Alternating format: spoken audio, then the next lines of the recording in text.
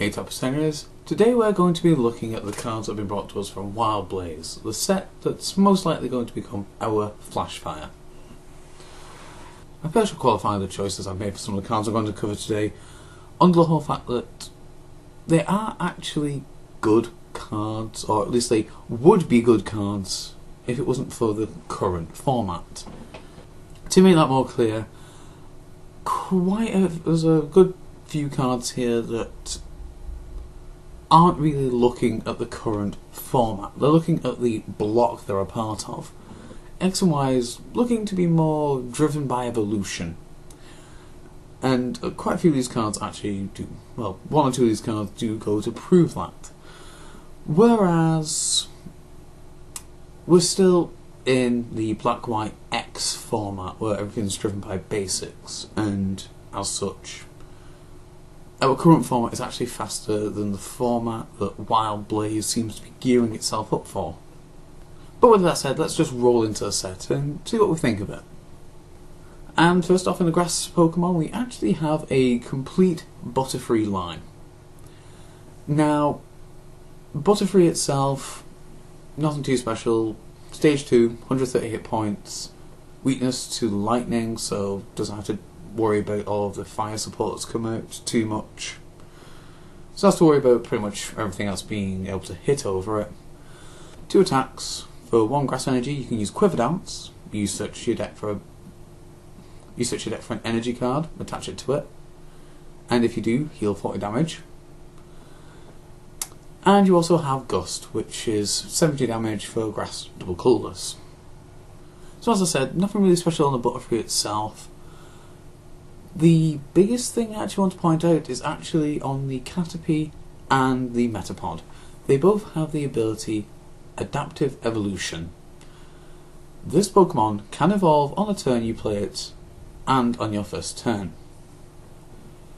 So basically, Caterpie and Metapod both have broken time space built in. Now, I know I've already seen a Beedrill line that didn't have this, but that's not to say that we won't get a Wurmple line that does the same. There's nothing to say that none of the Butterfly or the small bug lines will follow this trend. It's a case of, I'm pointing this out because it's potentially going to exist on other cards, and the end result of these other cards might actually be worth it. Moving on from Butterfree, we find ourselves still in our grass Pokemon, heading to Shiftry. The major reason I'm looking at Shiftry is just that it's a reworked Empoleon. Now, Empoleon, it might not be the biggest or most successful card, but it does top every now and then. It does actually get the work done. It is just basically making itself known. Most of this comes down to the whole fact that it's got decent damage output and it's got built-in draw. Shiftry does actually have the same thing going for it. It has the ability Leaf Draw. If you drop a grass energy from your hand, you can draw 3 cards. It also has the attack Frenzy Dance. For grass, double colourless, you do 20 times the number of benched Pokemon that are on the field. That's both yours and your opponent. So you fill your bench, your opponents fill their bench, that's 200 damage. So the potential for damage is higher than Empoleon's. The discard for its ability is more specific, but you're drawing 3 cards instead of 2, so it's better deck acceleration for a more specific cost. And I'll be honest, I'll be surprised if we don't see people at least trying to use Shiftry. I'm not saying it's going to be the biggest or best card, but it could be up there with Empoleon. It could be effectively what Tier 2 is right now, so we'll just have to wait and see with that. Next, I'm going to skip the fire types because anything I could talk about in the fire types I've already covered before. We've already looked at Charizard X, we've already looked at Pyro, and let's actually look at Milotic. Now, I'm mostly looking at Milotic for its ability, Energy Grace. It really is a double-edged sword. Once per turn, you may knock out Milotic. If you do, you can select 3 basic energy in your discard pile and attach them to one of your Pokemon. So, yeah, you have energy acceleration there from the discard pile. That's nice in a way, but you have to knock out Milotic. If you're knocking out Milotic, your opponent's taking a prize, so I get to set up a guy. Yay. Oh, what's that? I've just helped you get your win condition. Not yay. You can also only use that ability once per turn, but to be honest, I don't think you want to give up more than 1 prize a turn. In fact, in my opinion, you don't want to give up any prizes that you don't have to. And it really does raise the question of why they've actually made this Milotic a stage 1 that basically, to do anything, gives up a prize and then puts itself in the discard pile. Because I'll be honest, no one's going to run it for Waterfall, which is Water Double Colourless for a flat 60 damage. So it really makes me wonder, why is it here? Next up we have Luxray. Stage 2, 140 hit points, balls from Luxio, retreat cost of 1, weakness to fighting, resists metal, and has 2 attacks. This first attack is actually the major reason I want to look at this card. For a lightning and colours you can use Snipe Fang. It's 40 damage, and you can discard a trainer from your opponent's hand. Now, I think that's good for 2 reasons. Firstly, to discard a trainer from your opponent's hand, your opponent has to reveal the hand to show there's a trainer there. If there isn't a trainer there, they still have to reveal their hand to prove it isn't there. So you're gaining knowledge on what your opponent's got to work with. Secondly, it states trainer and not trainer item. So they've got 1 supporter in the hand, get rid of it. If you've got a certain stadium in play that you don't want your opponent to get rid of, have they got a stadium? Get rid of it. Oh, they've got an Ultra Ball so they can search out something that could knock you out. Get rid of it. You have full reign over anything that's not Pokemon or energy in their hand. Plus, as I said, you're gaining information on what's in their hand. Luxray's second attack for 2 lightning and a colourless is Wild Charge. Allows him to do 120 damage. He then takes 30 damage in recoil. It's nothing too special, it's not too big or amazing. With that being said though, it's 120. If you've used a couple of Snipe Fangs beforehand, you could probably use it to finish something off. It could be a clean-up move while you use Snipe Fang to try and hinder your opponent as much as possible. All in all, I see Luxray being an okay card, and once again, going back to the beginning of this episode, if it wasn't for us being in this X-driven format at the moment, I could see it seeing a lot more play. In fact, this is the big problem with Wild Blaze. As I've already mentioned, it seems to be focusing more on the XY block of cards, which is, to me, looking to be evolution driven. Whereas we're still in that lovely big basic X format. So make of this what you will. Right now, Luxray's kind of okay. When we finally hit XY onwards, I could see it being a lot better. It could be a lot bigger, and the ability to control trainers in your opponent's hand is going to be a much better utility to have. But let's move along, shall we, to Dusknoir. Dusknoir, once again, stage 2, 130 hit points, which in my opinion is a bit small for something like Dusknoir. I'd expect it to be about 140, with him being that big bulky guy. He has the ability Shadow Hole. As often as you like, during your turn you may move 1 damage counter from one of your Pokemon onto Dusknoir. Now, in my opinion, this is basically a case of Dusknoir is basically the new man's Reuniclus. Where Reuniclus could move damage around the board freely and spread damage so that it was all over your board until you could start clearing it up, Dusknoir can only move to himself, but it's got more hit points to work with. Reuniclus stopped seeing play for many reasons. Most of the fact that its basic and its stage 1 had 30 and 60 hit points respectively. Reuniclus itself had 90 hit points. And shortly after he was released, we entered a format where hitting for 100 or more was pretty easy. 130, that's quite a bit more survivable, especially on a stage 2. And yeah, I could actually see Dust Noir doing something. Once again, if this was an evolution driven format, Dust Noir would be a lot bigger. Dust Noir also has the attack Pain Drops, which for a psychic and double colorless puts a number of damage counters on one of your opponent's Pokemon equal to the number of damage counters on Dust Noir. So Dust Noir can draw in all that damage for himself and then become a 120 hit point sniper. Note that the attack doesn't say on your opponent's active Pokemon, it's on any of their Pokemon. So if they've got something damaged on the bench, sure, you might lose Dust Noir, but if you're putting damage onto the bench already, you can easily go to use Dust Noir to just clean up X's. So bring in Dust Noir. Oh, put 120 on that guy over there. Oh, what's that? I just took 2 prizes. What's that? You only have to do 10 damage to my Dust Noir to knock it out, but you take 1 prize. I take 2. Now, of course, the big problem with this is that you're talking about X's versus Dust Noir. An X will turn around and say, well, I'm a basic, I'm faster, I'm easier to set up. Dust Noir, it's only 1 prize, but it's a stage 2, it's slower to set up, it's got a heavy attack cost. And put simply, it is another case of would be good in another format.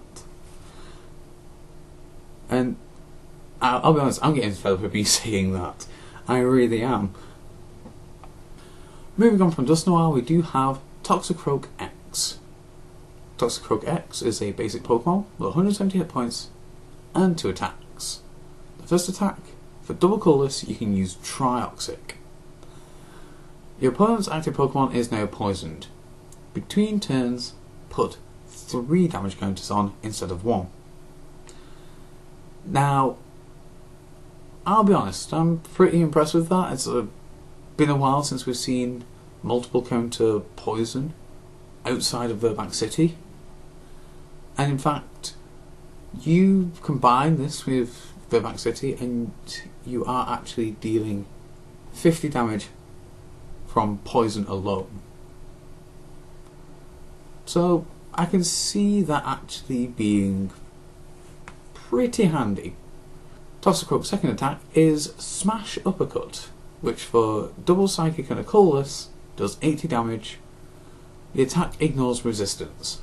Now combining Smash Uppercut with Trioxic, I can see some good synergy there. I can see you hitting decent numbers when you factor in cards like Verbank. To be honest though, it does rely on you actually getting the Trioxic, your opponent not being able to retreat, you having the Verbank in the first place, and then being able to Smash Uppercut to take out X's. All in all, I don't think it's awful. It seems to be more of a utility than an actual attacker, and I don't know if that lets it down or it means it'll just have a niche somewhere else. All in all, I won't be surprised if somewhere down the line somebody has a really inventive way of using Toxicroak X to actually get something done in the format, and I won't begrudge them for actually trying it. We tend to get this when we get towards Worlds. It will be a case of somebody will turn up with some unknown rogue and they'll put in a good showing. Back when the Truth first came out, it was a complete and utter rogue. Nobody had seen the Truth by the time it had debuted at Worlds. Yet there it was, it went to win. It made it all the way up to the top tables, it won. So I wouldn't be surprised if somebody could use Toxicroak X as a utility card, as something to actually push.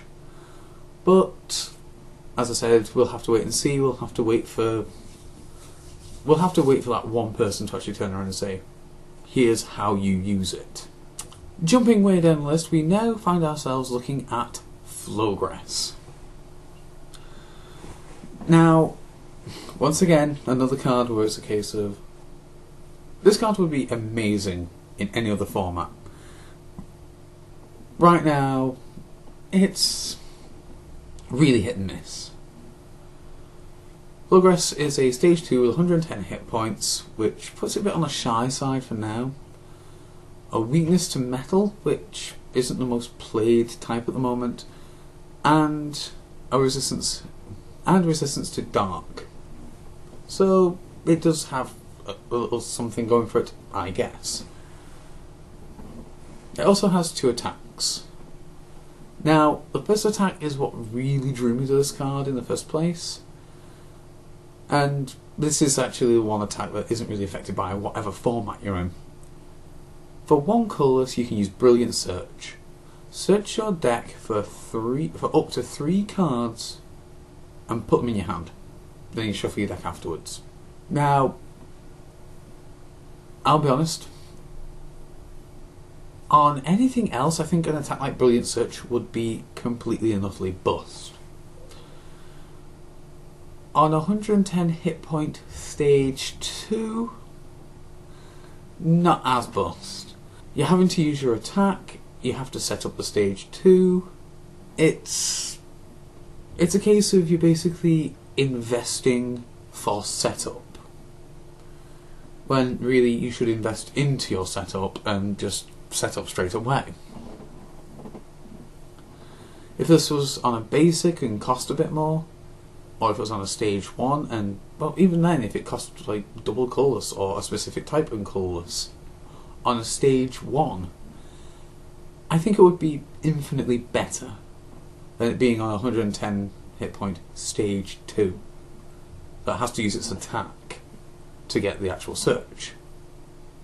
After Brilliant Search, Flowgrass also has the ability. Flowgrass also has the attack Petal Blizzard, which for 1 fairy energy allows you to do 20 damage to all of your opponent's Pokemon. Once again, in a different format, if this wasn't a format where we had Pokemon with nearly 200 hit points as the normal common thing, then Petal Blizzard would be amazing. It really would. As it stands though, when your opponent's Pokemon are going to have hit points that are going towards 200, it really does make you think, can I get off Petal Blizzard 10 times on a stage 2 that's got 110 hit points? I mean, sure, there are answers to this. You could run Meowstick from the same set, which has the attack Mastermind, which for 1 psychic energy allows you to rearrange the damage counters on your opponent's side of the field in any way you like. But that means you're basically relying on 2 attacks to do nominal damage. Or you could turn around and say, oh well, I'll just run the old Dusk Noir, the one that had a secret rare reprint, the one that can actually move damage counters using its ability. To which I say, yeah, that would be good, if it wasn't for the fact that then you have to set up 2 stage 2s. And sure, Brilliant Search means you can probably get the cards to get the Dusk Noir. By doing that, you're most likely going to lose Flowgrass, so you have to set up another Flowgrass. You're constantly going to be looking for the second stage 2. I personally don't see it being worth it. As I've said, like time and time again in this episode, different format would be a completely different story, but in this current format with big X's and incredibly fast decks, not going to be the case in my opinion. With that, let's move on from the Pokemon and actually move into the trainers and supporters that we've actually got in this new set. First things first, we have Prank Scoop. You may look at the top card of either player's deck, and then, if you wish, you may discard it.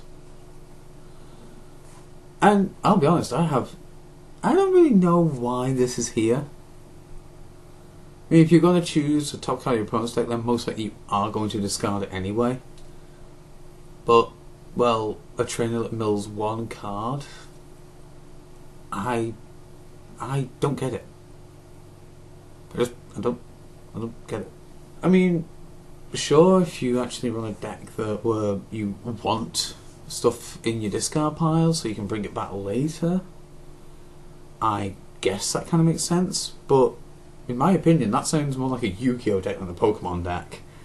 I mean, right now the only thing I could think of that you'd really want to use Prank Scoop for is to just go Prank Scoop.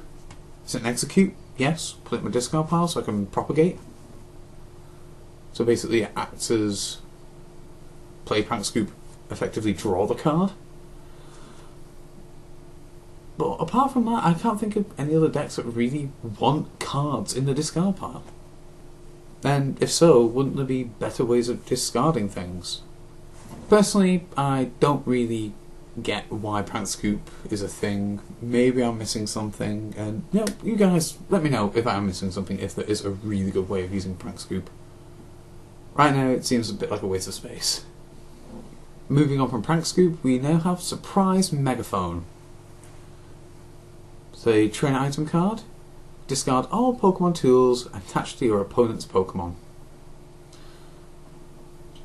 Now, I've actually already been discussing this before in the past, and the whole fact that, in my opinion, Surprise Megaphone is going to be the next format's Tool Scrapper. It's effectively a case of Tool Scrapper gets rid of 2, Surprise Megaphone gets rid of all that your opponent controls. So it's a different balance where Tool Scrapper can get rid of your tools. Surprise Megaphone only targets your opponent.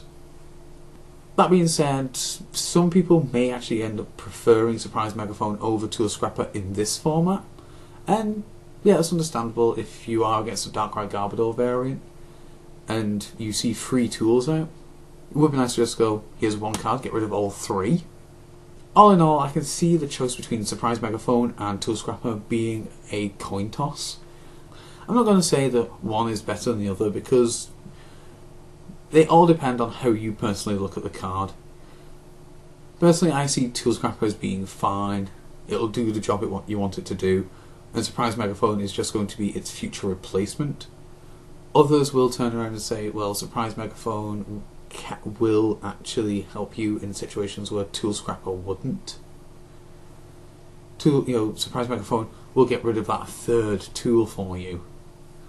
Whereas, I don't know, I feel that just getting the tool off of a Garbodor tends to do what you need it to do. So as I said, it's completely up to you guys how you actually look at this and how you actually decide you want to run it. Either way, Tool Scrapper, Surprise Megaphone, they're both good cards. Just one's been made to replace the other and it does a slightly different job. And now we move on to our supporters, and the first one is Pokemon Center Lady. Some people are probably going to be upset that it's not Nurse Joy, but Pokemon Center Lady it is. Mostly because I think since we went to an OVA, I don't believe it's actually been Nurse Joy. It might have stayed that way in the anime, but I believe it is actually a different character in the actual games. Not 100% sure on that because in the games they're never actually named at all, but what are you going to do? Anyway, on to Pokemon Center Lady. She's a trainer supporter. Heal 60 damage from one of your Pokemon and remove any special conditions from it. So basically it's full heal plus super potion without the cost, but it's a supporter.